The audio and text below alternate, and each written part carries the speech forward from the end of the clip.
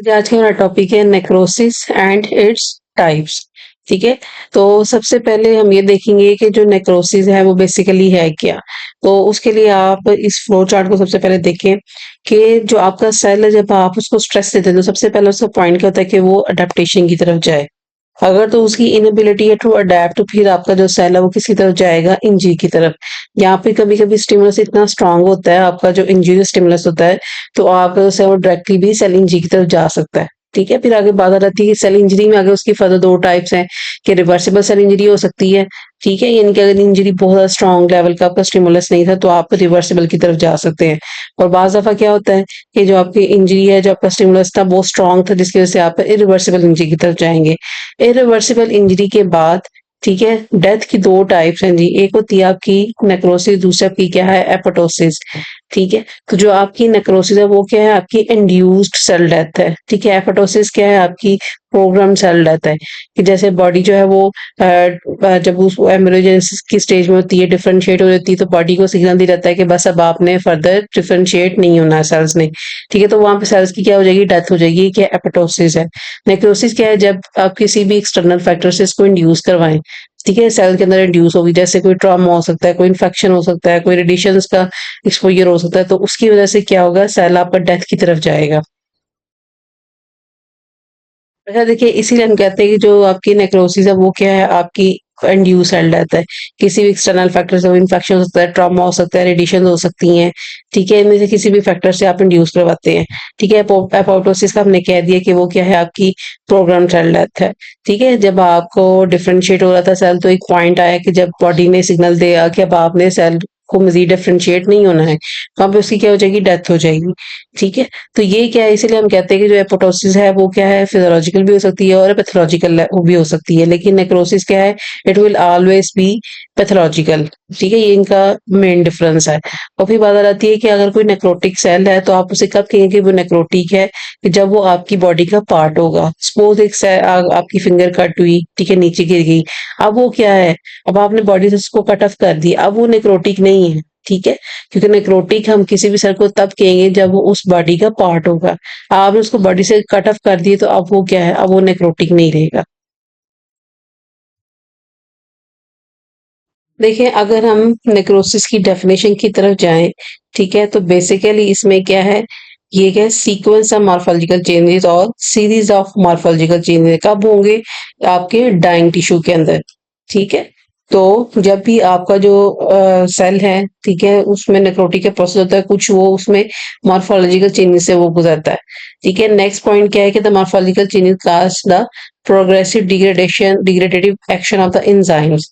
ठीक है, ये भी बहुत इंपॉर्टेंट पॉइंट है। ठीक है, कि हम कह तो रहे हैं कि मॉर्फोलॉजिकल चेंजेस हुए, लेकिन कैसे होंगे, the action of degradative enzymes. ठीक है। तो हम कह सकते हैं कि नेक्रोसिस क्या है, सम है दो चीजों का, यानी कि एक तो उसमें डेथ होगी, प्लस उसमें क्या है, मॉर्फोलॉजिकल चेंजिंग्स हो गए। ठीक है, यही बात इसमें मेंशन है, necrosis the sum of cellular degradative reactions occurring after the death of the individual cell within a living organism। ठीक है। तो आपकी जो सेल है जब डेथ की तरफ जा रहा था तो उसमें through the action of degradative enzymes है।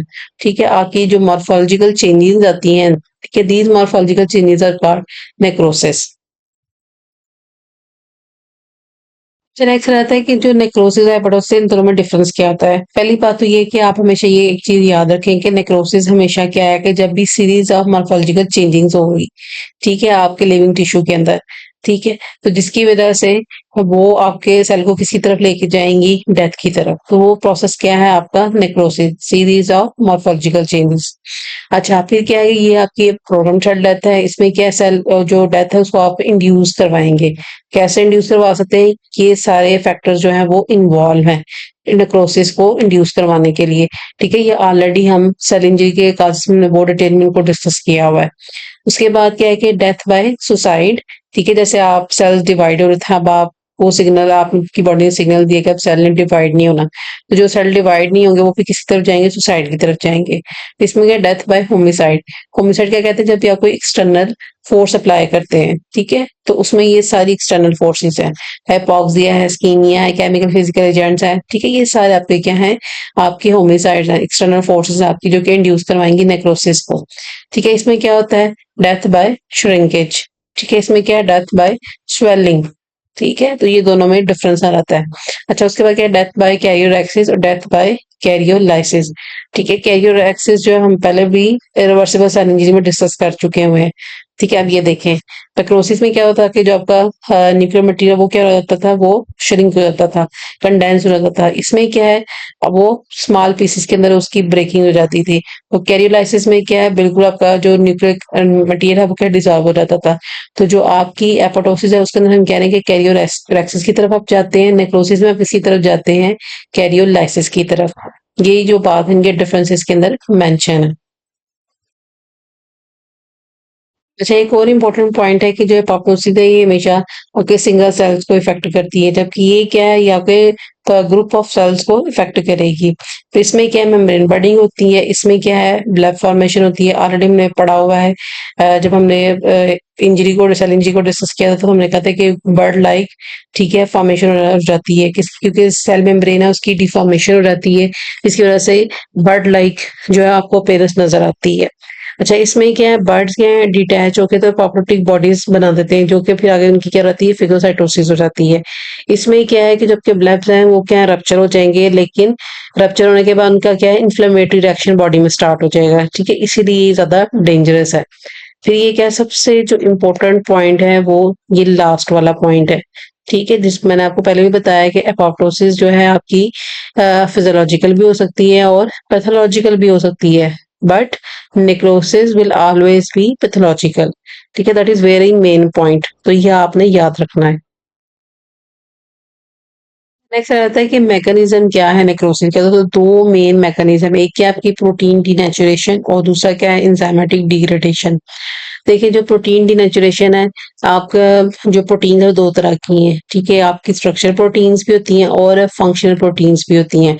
तो जब आपकी प्रोटीन डीनेचुरेशन होती है तो ये बेसिकली इन दोनों प्रोटीन्स की क्या हो जाती है, डीनेचुरेशन हो जाती है। आपको पता है कि अगर स्ट्रक्चर प्रोटीन जो है अगर आप उनकी तोड़ फोड़ कर देंगे तो उससे क्या है, बॉडी जो आपका सेल है जो आपका उसका क्या होगा, स्ट्रक्चर मेंटेन नहीं रहेगा। ठीक है, फंक्शनल प्रोटीन्स को अगर आप उसमें से डैमेज कर देंगे, ठीक है, तो उससे क्या है, फंक्शन अपना परफॉर्म नहीं कर सकेंगे, तो अल्टीमेटली क्या है, सेल एक्सट्रीम लेवल पे डैमेज उसमें हो जाएगा। ठीक है, जिसकी वजह से क्या है कि सेल स्ट्रक्चर एंड फंक्शन जो है वो दोनों की क्या आप करवा रहे हैं, डिस्ट्रप्शन करवा रहे हैं, जिसकी वजह से आपका सेल जो है वो नेक्रोसिस की तरफ जाएगा। अच्छा, ये बड़ा इंपॉर्टेंट है जी, एंजाइमेटिक डिग्रेडेशन। इसमें दो मेन प्रोसेस है, एक है आपका ऑटोलाइसिस, ठीक है, दूसरा आपका क्या है, हेट्रोलाइसिस। अब इन दोनों में डिफरेंस कहाँ पे रहता है। हमने बात की थी कि एंजाइमेटिक डिग्रेडेशन के अंदर दो इंपॉर्टेंट पॉइंट्स हैं, एक है ऑटोलाइसिस, दूसरा आपका क्या है, हेट्रोलाइसिस। अब ये दोनों प्रोसेसेस है क्या, पहले हम बात करते हैं ऑटोलाइसिस की। देखिए, नॉर्मली क्या है कि आपके सेल के अंदर जो है वो लाइसोसोम प्रेजेंट है और उसके अंदर क्या है, डिग्रेडेटिव एंजाइम्स प्रेजेंट होते हैं। ठीक है, जब भी कोई फॉरेन मटेरियल आता है आपके सेल के अंदर, तो बेसिकली लाइसोसोम्स के यहाँ पर डाइजेस्टिव एंजाइम के थ्रू उसकी डिग्रेडेशन कर देते हैं। लेकिन जब सेल इंजरी होती है तो उससे क्या है, ये सारे के सारे जो लाइसोसोम के अंदर जो डिग्रेडेटिव एंजाइम्स है, ये सेल्स की आपकी किस में आ गई, साइटोप्लाज्म के अंदर है, इनकी रिलीज हो गई। और जितनी भी आपकी ऑर्गेनेलीज हैं जो प्रेजेंट होती हैं वो साइटोप्लाज्म के अंदर, उनकी ये क्या कर देते हैं, डाइजेशन स्टार्ट कर देते हैं। ठीक है, तो इसमें क्या है, आप अपने ही सेल को नुकसान पहुंचा रहे थे। This process is called autolysis. ठीक है, दूसरा का क्या है, हेट्रोलाइसिस। हेट्रोलाइसिस में क्या होता है कि जो आपका इंजर्ड एरिया है, ठीक है, उधर क्या है, आपके इन्फ्लेमेटरी सेल्स जो है वो आते हैं, और जो इन्फ्लेमेटरी सेल्स है वो भी क्या है, कुछ ना कुछ डिग्रेडेटिव एंजाइम को रिलीज करते हैं। ठीक है, एक तो ये बात। दूसरी क्या है कि जो आपका इंजर्ड सेल्स है वहां पे क्या है, पैथोजेनिक बैक्टीरिया की भी एंट्री होती है। तो ये जो दोनों हैं, यानी कि इन्फ्लेमेटरी सेल्स भी और पैथोजेनिक बैक्टीरिया, ठीक है, ये दोनों क्या करते हैं, डिग्रेडेटिव एंजाइम रिलीज करते हैं। ठीक है, जिसकी वजह से क्या है, फर्दर मॉर्फोलॉजिकल चेंजेस होती है। इसे क्या कहते हैं, हिट्रोलाइसिस। ये जो ऑटोलाइसिस हेटेरोलाइसिस दोनों में डिफरेंस क्या है कि ऑटोलाइसिस में आप अपने ही सेल्स को के थ्रू जो है वो आपकी बर्बादी हो रही है अपने डिग्रेडेटिव एंजाइम के थ्रू। ठीक है। हेटेरोलाइसिस में क्या है कि आप इनवाइट कर रहे हैं किसको, इन्फ्लेमेटरी सेल्स को, प्लस आप पैथोजेनिक बैक्टीरिया को, उसके थ्रू डिग्रेडेशन हो रही है। ठीक है। तो ये दोनों जो प्रोसेसेस हैं, ऑटोलाइसिस भी heterolysis, both are involved in enzymatic degradation. ठीक है। As well as for the mechanism of necrosis. ठीक है। उसके बाद आता है कि मॉर्फोलॉजिकल चेंजेस किस तरह के होंगे। अच्छा, सबसे पहले तो क्या है कि अर्ली चेंजिंग्स होंगे। तो एक बात आप याद रखें कि जब भी कोई सेल नेक्रोसिस की तरफ जाता है तो ऐसे नहीं हुआ कि उस सेल के अंदर नेक्रोसिस हुई है फौरन से आप उसको उसका सैंपल लेंगे और माइक्रोस्कोप के नीचे देखेंगे और आपको बहुत जल्दी जो है वो चेंजिंग्स नजर आएंगे। ऐसा नहीं हो सकता पॉसिबल। हमेशा क्या है, डिले होता है। कितने आवर्स का? 1 to 3 आवर्स का। तो सेल्स को जो है वो नेक्रोसिस की तरफ जाने के लिए 1 से 3 घंटे का टाइम पीरियड लगता है। फिर आप वो जो मॉर्फोलॉजिकल चेंजिंग्स आएंगे आप उनको अंडर द माइक्रोस्कोप जो है वो ऑब्जर्व कर सकते हैं। नेक्स्ट कहलाते हैं आपके न्यूक्लियर चेनिंग्स। तो ये जो न्यूक्लियर चेनिंग्स है ये हम पहले भी इरिवर्सिबल सेल इंजरी के अंदर पढ़ चुके हैं बड़ी डिटेल में, ये आप उधर से देख सकते हैं। इसमें कोई नई बात नहीं है। ठीक है। इग्नोसिस में क्या होता था कि न्यूक्लियर मटेरियल कंडेंस हो जाता है। कैरियोलाइसिस में क्या रहता है कि वो स्मॉल पार्टिकल में उसकी कन्वर्जन होती है, और एंड पे कैरियोलाइसिस में क्या है, बिल्कुल आपका न्यूक्लियर मटेरियल क्या है, डिसॉल्व हो जाता है। ठीक है। उसके बाद आते हैं आपके साइटोप्लाज्मिक चेंजिंग्स। ठीक है। These are very much important. ठीक है। तो जो आपके साइटोप्लाज्मिक चेंजिंग है उसमें सबसे पहले इंपॉर्टेंट पॉइंट क्या है आपका, इंक्रीज्ड इयोसिनोफिलिया। तो इयोसिनोफिलिया को समझने के लिए, ठीक है, और दूसरा क्या लिखा हुआ है जी, बेजोफिलिया ऑफ न्यूक्लियस है। अच्छा, तो ये इसके लिए पहले तो आपको दो डाइस का कंसेप्ट होना चाहिए, इयोसिन और हिमाटोक्सिलिन। वैसे देखिए हमने बाकी थी दो तरह की डाइज हैं, क्या ईओसिन दूसरी क्या है आपकी हिमाटोक्सिलिन। तो जो आपकी ईओसिन है वो बेसिकली क्या है, एसिडिक डाई है। इट मींस कि जितने भी आपके सेल के अंदर बेसिक स्ट्रक्चर है उनके साथ जाके आपकी ईओसिन जो है वो बाइंड करेगी। तो इसीलिए आप इसे क्या कहते हैं, बेजोफिलिक इन नेचर है ये। ठीक है। जैसे आपकी जो प्रोटीन्स हैं मोस्टली वो क्या है, बेसिक इन नेचर। ठीक है। तो जो ईओसिन है वो उनके साथ जाके बाइंड करती है। इसी तरह जो हिमाटोक्सिलिन है वो क्या है, बेसिक डाई है। इट मीन कि जितने भी आपके सेल के अंदर एसिडिक स्ट्रक्चर्स हैं उनके साथ जाके आपकी हिमाटोक्सिलिन बाइंड करेगी। इसलिए आप इसे क्या कहते हैं, ये क्या है, एसिडोफिलिक है। ठीक है। जैसे इसमें आपका न्यूक्लियस आ रहता है, डीएनए है, आरएनए आ रहता है। ठीक है। ये मेन कंसेप्ट है। अब देखिए हमने बात की कि इंक्रीज इयोसिनोफिलिया। तो इंक्रीज इयोसिनोफिलिया की एक तो ये रीजन है कि जो आपकी प्रोटीन्स हैं वो बेसिकली क्या होती हैं, फोल्डेड फॉर्म में होती है। लेकिन जब आपको सेल इंजरी होती है तो जो प्रोटीन है उनकी क्या रहती है, अनफोल्डिंग हो जाती है। और आपको पता है जो अनफोल्डिंग है वो ज्यादा जो स्टेन है उसको रिटेन करेंगे। इसीलिए हमें क्या नजर आता है, इंक्रीज इयोसिनोफिलिया नजर आता है अंडर द माइक्रोस्कोप। अच्छा, हमने बात की कि इयोसिनोफिलिया तो इंक्रीज हो जाता है। ठीक है। उसकी हमने रीजन भी देख ली कि अनफोल्डिंग होगी जिसकी वजह से स्टेन जो है वो ज्यादा रिटेन किया आपकी प्रोटीन्स ने। ठीक है। दूसरा क्या है कि लॉस हो जाता है किसका, बेसोफिलिया ऑफ न्यूक्लियस का। अच्छा, और दूसरी क्या है कि एक रीजन ये भी होती है कि जो आपके राइबोसोम्स हैं बेसिकली उनकी क्या है, डिटैचमेंट हो जाती है। ठीक है। और जब आपको पता है कि जो राइबोसोम्स है वो बेसिकली हिमाटोक्सिलिन को रिटेन रखते हैं। तो जब आपके पास राइबोसोम्स ही नहीं है, उनकी डिटैचमेंट हो गई है, तो इस इट मीन्स कि हिमाटोक्सिलिन जो है वो कहीं भी आपको नजर नहीं आएगी, वो रिटेन ही नहीं रखेगी कलर को, क्योंकि आपके पास राइबोसोम्स ही नहीं है। ठीक है। तो जिसकी वजह से क्या रहता है कि आपका जो साइटोप्लाज्म है उसमें आपको बेसोफिलिया कम हो जाएगा और आप इंक्रीज इयोसिनोफिलिया की तरफ जाएंगे। ठीक है। और इसी तरह जब हमने बात की थी कि जो नेक्रोसिस है उसमें क्या होता है, कैरियोलाइसिस होती है।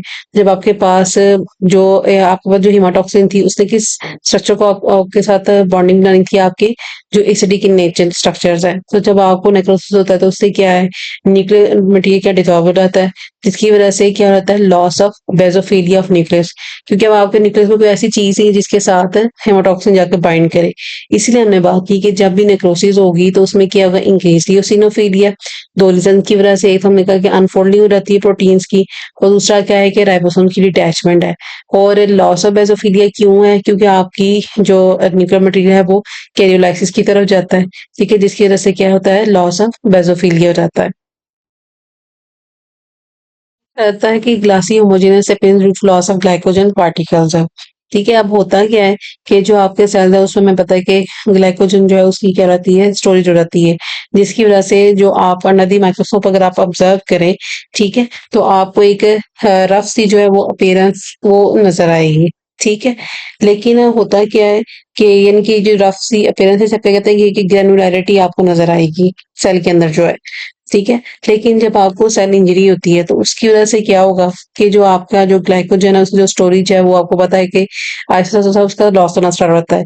क्योंकि आप जो आपका सेल है वो क्या है, हाइपॉक्सिक स्टेट में है, ठीक है। तो उसमें आपका जो एनारोबिक ग्लाइकोलाइसिस है वो स्टार्ट हो जाती है, ठीक है। जो ग्लाइकोजन है वो उसकी ब्रेकडाउन हो जाती है आपकी ठीक है। इसके अंदर पायरुविक एसिड के अंदर उसकी कन्वर्जन हो जाती है कि पायरुवेरिक जो एसिड है वो आगे फिर लैक्टिक एसिड में कन्वर्ट हो जाता है। तो बेसिकली क्या है कि जो आपका ग्लाइकोजन है उसकी क्या है, यूटिलाइजेशन हो रही है, ठीक है। तो जब आहिस्ता-आहिस्ता ग्लाइकोजन की यूटिलाइजेशन होगी, ठीक है, इसका मतलब वो जो ग्रैन्युलैरिटी थी वो डिसअपीयर हो जाएगी, ठीक है, जिसकी वजह से आपको ग्लासी होमोजेनस अपीयरेंस नज़र आएगी। अच्छा, फिर रहता है कि जो आपका साइटोप्लाज्म वो क्या रहता है, वैक्यूलेटेड हो जाता है, और इससे अपीयरेंस आप क्या कहते हैं कि ये क्या है, मॉथ ईटर है। अच्छा, मॉथ क्या है, बेसिकली एक इंसेक्ट होता है। तो जैसे अगर कोई ये है जो लीफ है उसको खाता है तो उसमें क्या है, छोटे-छोटे से वैक्यूल जनरेट कर देता है, ठीक है। तो इसको क्या कहते हैं कि मॉथ ईटन अपीयरेंस है। तो क्योंकि आपका जो नेक्रोटिक सेल तो उसमें भी क्या है, एंजाइमेटिक डिग्रेडेशन होती है, तो जिसकी वजह से जो आपकी जो आपका साइटोप्लाज्म है उसमें भी क्या है, वैक्यूल्स जनरेट होते हैं, यानी कि एम्प्टी स्पेसेस आ जाती हैं, बननी स्टार्ट हो जाती हैं, ठीक है, जिसे हम ये कहते हैं ये क्या है, मॉथ ईटन अपीयरेंस नजर आती है आपके साइटोप्लाज्म की। उसके बाद आता है कि जी आपकी परमेबिलिटी क्योंकि इंक्रीज हो जाती है, जिसकी वजह से क्या है, माइटोकॉन्ड्रियल इनलार्जमेंट हो जाती है, जिसको हमने ऑलरेडी सेल इंजीनियरिंग में बड़ी डिटेल में डिस्कस किया था, ठीक है। मायलिन फिगर्स हैं, ठीक है, ये भी हम पहले पढ़ चुके हैं कि आपका जो सेल मेम्ब्रेन है बेसिकली वो डैमेज हो रही है, ठीक है। तो और आपका जो सेल है उसमें भी क्या है, कैल्शियम है, तो कैल्शियम और लिपिड आपस में मिलके वॉल लाइक स्ट्रक्चर बना देते हैं, जिसे आप क्या कहते हैं कि माइलिन फिगर्स, ठीक है। तो ये इसको डिटेल में हमने डिस्कस किया हुआ है इरिवर्सिबल सेल इंजरी के अंदर। रिवर्सिबल सेल इंजरी के तो ये आप उधर से देख सकते हैं। नेक्स्ट पे आता है कि आपके बायोकेमिकल चेंजिंग्स, तो इसमें क्या है, बेसिकली एक्युमुलेशन रहती है किसकी, कैल्शियम आयंस की। तो आपको पता है जो कैल्शियम आयंस है वो आगे से फर्दर एक्टिवेट करते हैं डिफरेंट टाइप्स ऑफ एंजाइम्स को, जैसे फास्फोलाइपेज है, लाइपेजेस है, प्रोटीएसेस है, न्यूक्लियसेस है। तो वो अपने अपने फंक्शन के अकॉर्डिंग जो है इन सारे स्ट्रक्चर्स को आपको डिस्ट्रॉय करेंगे, ठीक है। और अल्टीमेटली हमने बात की थी कि जब कैल्शियम की डेपोजिशन होती है, ठीक है, तो आपका जो डेड सेल है वो क्या है, उसकी कैल्सिफिकेशन हो जाती है। ये डिफरेंट टाइप्स है नेक्रोसिस की। सबसे पहले क्या है आपकी कोगुलेटिव नेक्रोसिस। तो सबसे पहले हम कोगुलेटिव नेक्रोसिस का मैकेनिज्म देख लेते हैं। होता क्या है कि जब भी आपको कोगुलेटिव नेक्रोसिस होती है तो उसमें क्या है, सेल आपका हाइपोक्सिक स्टेट में चला गया, ठीक है, उसमें क्या हो गया, उसको इंजरी हो गई, ठीक है। तो आपको पता है कि हाइपोक्सिक स्टेट में फिर क्या होता है कि आपकी जो सेल होता है उसमें एनारोबिक ग्लाइकोलाइसिस स्टार्ट हो जाती है। इट मीन कि जो ग्लाइकोजन है उसकी स्टोरेज क्या होती जाएगी, कम होती जाएगी, ज़्यादा से ज़्यादा कन्वर्जन जिसमें होगी पायरुविक एसिड के अंदर, पायरुविक एसिड आगे से कन्वर्ट होता है किसके अंदर, लैक्टिक एसिड के अंदर। तो जो एसिड है, लैक्टिक एसिड क्या है, बेसिकली एक एसिड है जिसकी वजह से हम कह रहे हैं कि एसिडोसिस क्या है, वो आपके सेल्स में स्टार्ट हो जाएगी। अच्छा, जब एसिडोसिस होती है तो वो क्या करती है, डिनेचुरेशन करती है किसकी, आपकी स्ट्रक्चर प्रोटीन्स की, as well as digestive enzymes की। देखिए जो सेलुलर आउटलाइन होती है इसको डाइजेस्ट करते हैं आपके डाइजेस्टिव एंजाइम, ठीक है। लेकिन आपकी क्योंकि कोगुलेटिव नेक्रोसिस के अंदर जो क्या है, एसिडोसिस होगी, तो जिसकी वजह से स्ट्रक्चर प्रोटीन्स है उनकी तो डिनेचरेशन हुई, लेकिन डाइजेस्टिव एंजाइम की भी डिनेचरेशन हो गई। इट मीन आपके जो सेलुलर आउटलाइन है इसको डाइजेस्ट करने के लिए कोई चीज नहीं है, ठीक है। तो इसलिए ये क्या रहती है, सेलुलर आउटलाइन प्रिजर्व रहती है। अच्छा, मैं बाकी के इसमें क्या है आपकी क्योंकि डाइजेस्टिव एंजाइम जो है उनकी डीनेचुरेशन हो जाती है, जिसकी वजह से क्या है कि जो आपकी सेलुलर आउटलाइन है वो क्या रहेगी, प्रिजर्व रहेगी, लेकिन क्या है, स्ट्रक्चरल डिटेल जो है वो लॉस हो जाएगा उसका। क्यों? क्योंकि डीनेचुरेशन किसकी हो गई है, स्ट्रक्चर प्रोटीन्स की, ठीक है। इसीलिए हमें जो आपका डेड सेल्स होगा ना उसको इओसिनोफिलिक उसमें वो नजर आएगा, क्योंकि क्या है आपकी स्ट्रक्चर प्रोटीन की क्या डिनेचुरेशन है, अनफोल्डिंग है, तो क्या है स्टेन को ज्यादा रिटेन रखेगा। एन्यूक्लियेटेड सेल्स होगा विदाउट न्यूक्लियस। क्यों? क्योंकि ज़्यादा से ज़्यादा क्या होता है आपको पता है नेक्रोसिस में क्या है, न्यूक्लियर मटेरियल की क्या रहती है, डिसोलेशन हो जाती है। अच्छा, उसके बाद अल्टीमेटली आपकी क्या रहती है, फेगोसाइटोसिस के थ्रू आप रिमूव कर देते हैं बॉडी से नेक्रोटिक सेल को। अच्छा, तो इसमें जो इम्पोर्टेंट बात है वो क्या है, denaturation of protein is the basic mechanism of coagulative necrosis. तो मैकेनिज्म पढ़े थे हमने नेक्रोसिस के, क्या था, डीनेचुरेशन ऑफ प्रोटीन, से दूसरा क्या था, एंजाइमेटिक डिग्रेडेशन है। तो इसमें क्या है, एंजाइमेटिक डिग्रेडेशन नहीं होती है, सिर्फ क्या है, डीनेचुरेशन ऑफ प्रोटीन्स होती है। ठीक है, ये हम बात पहले डिस्कस कर चुके हैं कि न्यूक्लियस डिवाइड में होता है कि वो आपका डिसअपियर हो गया न्यूक्लियस। ठीक है, इसी तरह आपको क्या है, coagulated pink stained homogenous cytoplasm नजर आएगा, क्योंकि सारा का सारा क्या है, अनफोल्डिंग हो चुकी है। ऐसा रहता है कि जो आपकी कोगुलेटिव नेक्रोसिस है, हमने बात की कि इस्कीमिया की वजह से होती है। तो इस्कीमिया में क्या होता है, आपको पता है कि ऑब्स्ट्रक्शन रहती है ब्लड वेसल्स के अंदर, जिसकी वजह से सप्लाई किसमें नहीं हो पाती, आपके सॉलिड ऑर्गन्स में। हार्ट, लिवर, किडनी और एड्रीनल ग्लैंड और ब्रेन, ये सारे आपके क्या है, सॉलिड ऑर्गन्स हैं। ठीक है, सॉलिड ऑर्गन्स कौन से होते हैं, जिनमें आप क्या है कि हॉलो स्पेसेस नहीं होती हैं। ठीक है, लेकिन इसमें इंपॉर्टेंट बात ये है कि जितने भी सॉलिड ऑर्गन हैं, इन सब में क्या है, कोगुलेटिव नेक्रोसिस होती है, एक्सेप्ट फॉर ब्रेन। ठीक है, ब्रेन में जो है वो although it is a solid organ, लेकिन इसमें क्या कोगुलेटिव नेक्रोसिस नहीं होती, इसमें लिक्विफेक्टिव नेक्रोसिस होती है। ठीक है, ये बात आपने याद रखनी है। लेकिन कुछ इसमें डिफरेंट थ्योरीज हैं जो कि डिफरेंट बातें करती हैं। अभी स्टिल ये अंडर रिसर्च है कि क्यों ऐसा है कि ब्रेन में जो है वो लिक्विफेक्टिव नेक्रोसिस होती है। ठीक है, लेकिन कुछ थ्योरीज के अकॉर्डिंग ये बात की जाती है कि जो आपके ब्रेन है उसमें क्या है, लाइसोसोमल जो है वो डिग्रेडेशन के वो ज्यादा होती है। ठीक है, तो जिसकी वजह से हम कहते हैं कि आपको पता है कि जब लाइसोसोमल डिग्रेडेशन होगी तो सारा का सारा जो चीज़ है वो क्या हो जाएगी, उनकी डाइजेशन स्टार्ट हो जाएगी। इसीलिए कहा जाता है कि जी जो ब्रेन है उसमें क्या है, लिक्विफेक्टिव नेक्रोसिस होती है।